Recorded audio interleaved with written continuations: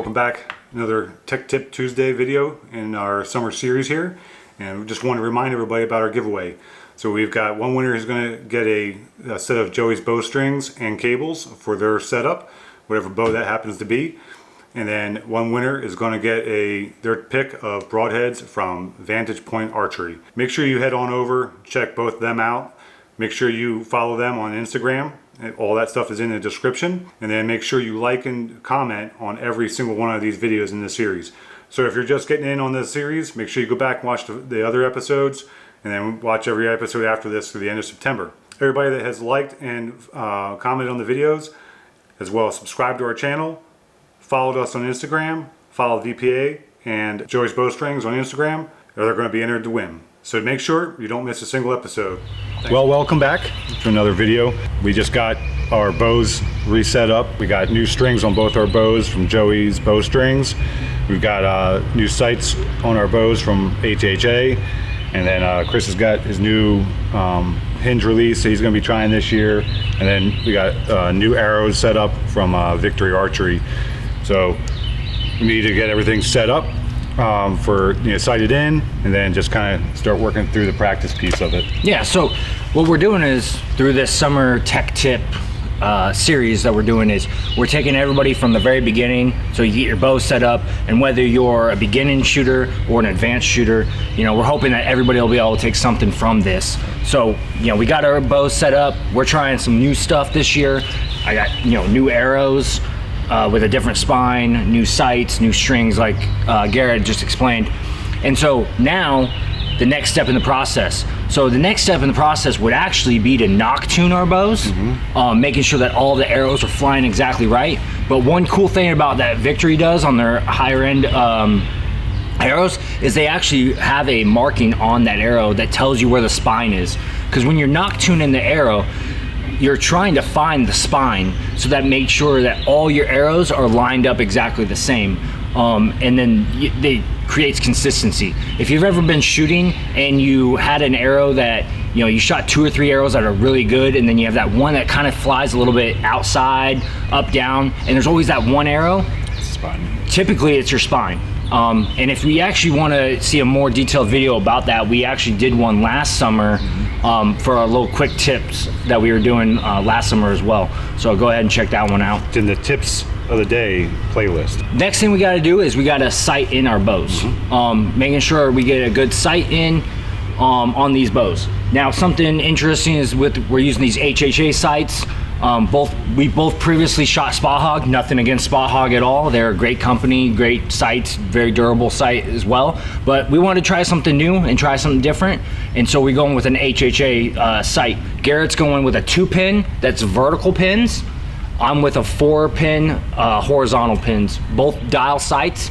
I haven't shot a dial sight in 20-something years, so it should be interesting. That's also why I went with a 4-pin, so I can fall back on that for some comfort in myself. Mine's the fixed 2-pin. Fixed 2-pin. The single post 2-pin. Yeah, and so one thing we were talking about last week when we were getting our bows set up is I'm very interested, after this summer of shooting and maybe even through the hunting season, is to see how you like that vertical pin setup. Yeah, I've never shot anything like that before, so yeah, I wanted to just give it a shot and see how it works. Get a little bit more to declutter my sight housing. Yeah, a little bit, because sometimes I find that I've done it before where I've not hunting, thank God, but at target shooting where I've picked the wrong pin, on a target. Yeah. So, because I was shooting a 4-pin, or I'm sorry, a 3-pin is what I had before, the standard 3-pin. So this will be interesting. We're gonna start with getting Garrett sighted in. Another thing that we're doing interesting is we're sighting in bare shaft. So when we did our setup, we did paper tune our bows. So we manipulated the bow to the arrow to make sure that we were shooting straight bullet holes with a bare shaft. And so our thought process is, if we can shoot 20 to 60 yards accurately with a bare shaft, adding the fletchings on is only just a bonus. Right. And it's just gonna help increase the accuracy. So we're gonna sight in our bows bare shafted, and then kind of see how it goes, how that translates once we put fletchings on, and see if we're still hitting the same. What's interesting is HHA on the sight, the dial that comes on the sight in the box is a setup tape. And so you bottom out your sight on the dial to where the top needle is at 0. And then we're gonna shoot a target at 20 yards away, and we're gonna adjust the sight housing itself till the 20-yard pin hits.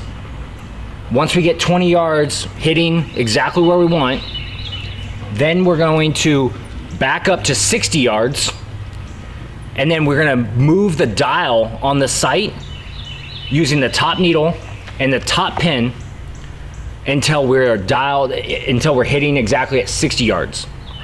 And then on the setup tape, we go to that number, and then in the pack of sight tapes that come with the bow, with the sight, we find that correlated number, go to that number yardage tape, put that on the blank dial that comes with the sight, take our setup dial off, put the new dial on, and then we're all sighted in. And then one interesting thing with his is because they're fixed pins, vertical is there's a top pin and a bottom pin, there's a top needle and a bottom needle on his sight housing. And so once the top needle is set, whatever the bottom needle is that bottom pin as well. Right. And so it'd be interesting. I'm interested to see how that works, because it's kind of doesn't make sense, because there's so many bows out there that shoot different speeds, different arrows, everything like that. And we shoot a heavy setup, so we typically shoot a slower arrow. I mean, we're shooting probably 260 to 275 maybe feet per second arrows. So I know mine was in the 270s with my setup last year, which we've lightened up, so maybe you're shooting maybe 285, 290 maybe, then. So yeah, so we'll see. Interested, see what happens. So all right, let's get them all sighted in at 20 yards.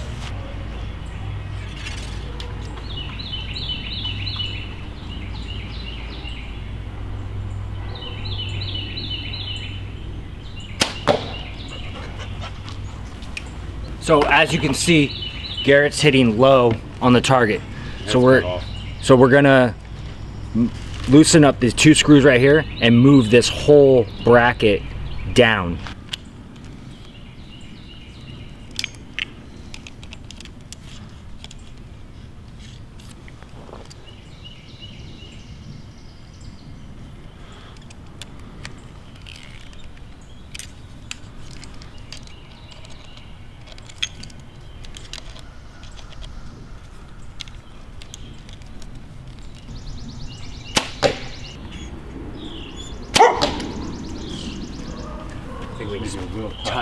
Just a touch.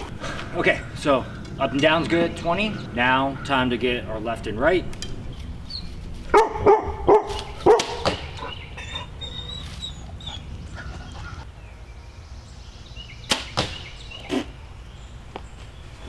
That got expensive. Did it? It sounded it. It almost got expensive. Let's just put it that way. All right, so as you see, we are hitting left. So we gotta move our sight to the left. We're gonna unlock this and move the whole bar. And it's actually nice because you can feel it click into its spot. And you can see there's lines and grooves for each of those spots. So it was like that. Oh, one too many. We're gonna go right to there, and then we lock it in place. Now what's nice about this side, it's also got the micro adjust that moves the inside silver bar right here by moving that. And so if we're just a touch off, we can use the micro adjust. And really what we'll use the micro adjust is what we do next, once we're all sighted in, is that walk back tuning. Mm-hmm. I'm good with that. Oh, all right. All right, so we're all sighted in at 20. Now, step 2 is to move the dial with using the top pin and the top indicator, moving the setup dial until we're sighted in for 60. But we're not just gonna crank it and send out a hope and a prayer for 60. So we moved up to 30. We're gonna turn it, and then we're gonna walk back. We're not sighting in, we're not worrying about it. We just wanna make sure it's not gonna miss the target. And a little ORM operational risk management. You know what I'm saying?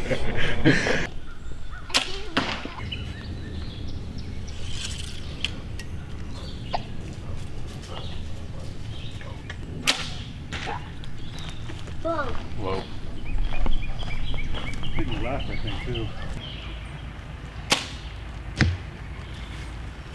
I saw the arc of the arrow. It didn't look horrible.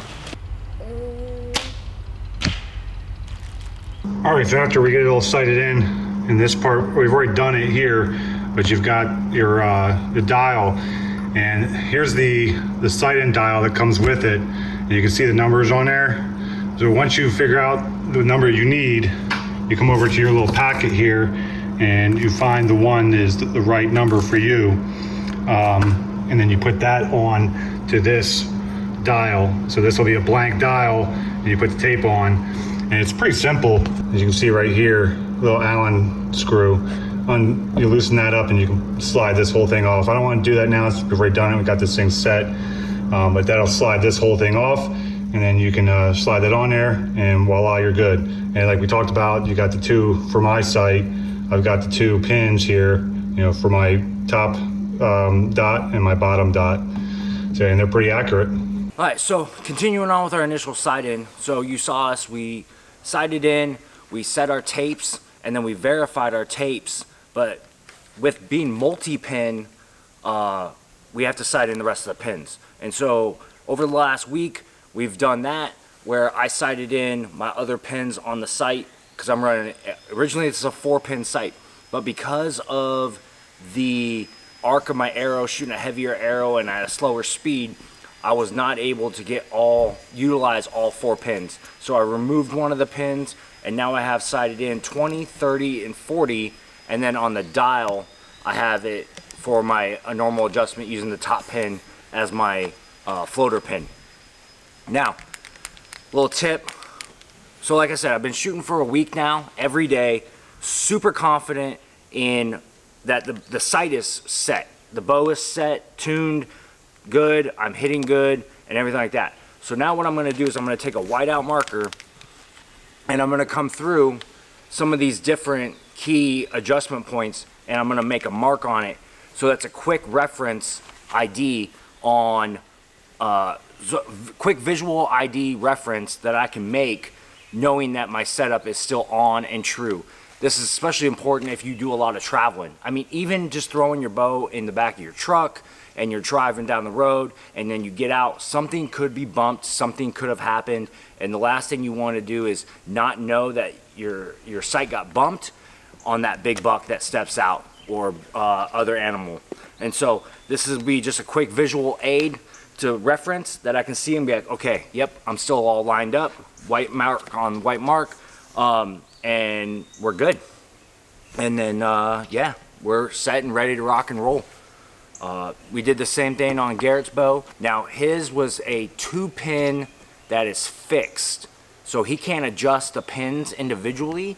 What his is he's got 2 pointers, the bottom pointer for the bottom dot, top pointer for the top pin, and we verified that, and it's dead on. And that's actually kind of surprising because he shoots a very heavy arrow, and his bow doesn't shoot lightning fast, and so it was kind of interesting for us, and we thought it was pretty unique that HHA was able to do that and make that work with the variety of bows that are out there, the variety of arrow setups and speeds that all the bows shoot. Yeah, so that takes us, and we're completely sighted in on our bow, and we're ready to move on to the next thing. Catch us on the next video next week, and keep shooting.